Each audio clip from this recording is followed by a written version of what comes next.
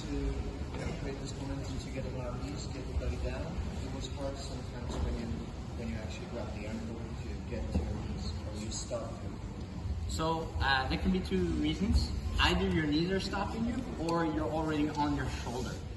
So it's like this, right? So if I'm already on my shoulder like this, it's very hard to create movement.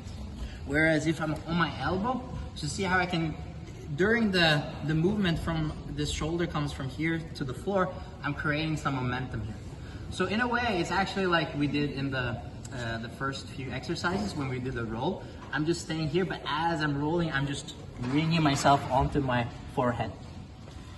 It doesn't have to be much movement, but just a little bit is gonna help you a long way there.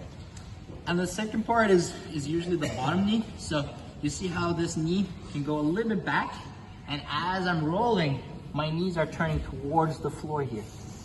So if you're, let's say, if you're keeping this knee quite tight underneath his knee and you're not pulling it out, it's gonna make it a lot tougher for you to get there. So use the momentum and try to pull that bottom knee slightly out so you can get here, okay? Other questions here? Yes. Do you have a way to stop the transition to the upside down, upside down straight foot now? To the belly down, how to like to prevent it? Because on the defending side. Yes. Because I think it's have you seen me versus Tarik? I got knee barred.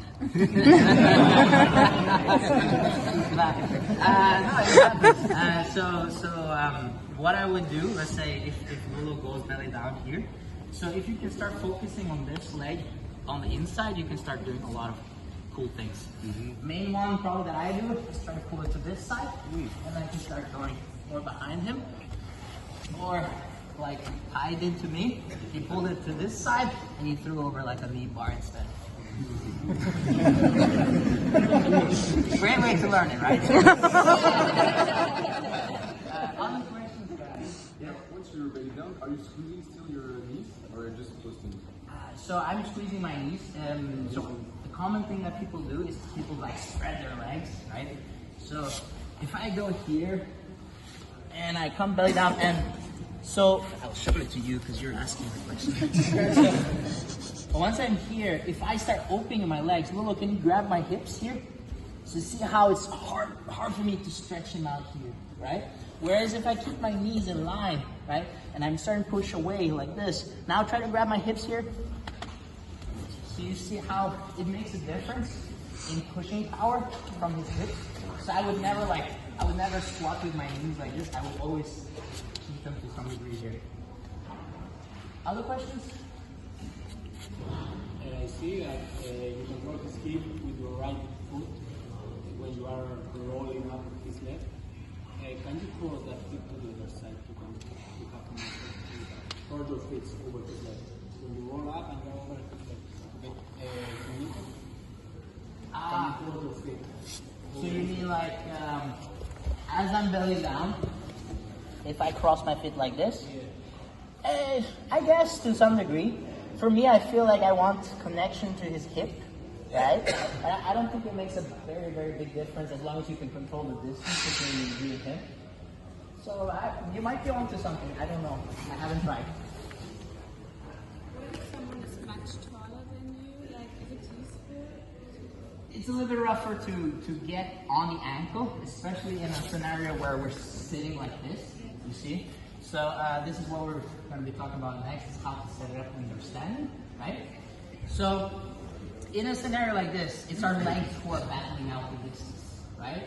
So it's difficult for me to sometimes, if Lula has very long legs, it's like, I can't get back to this ankle, right?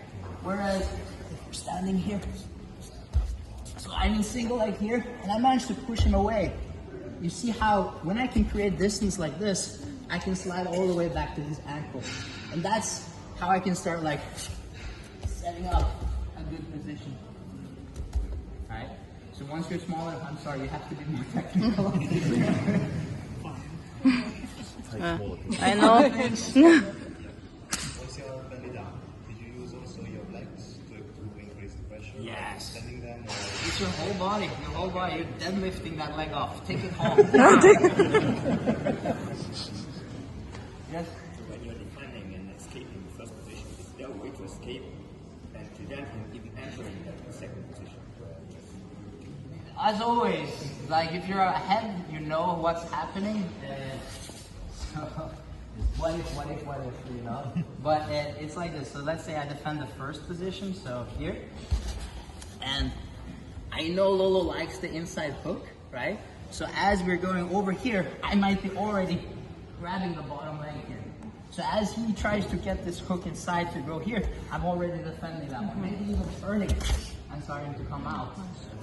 So many ways you can move around there.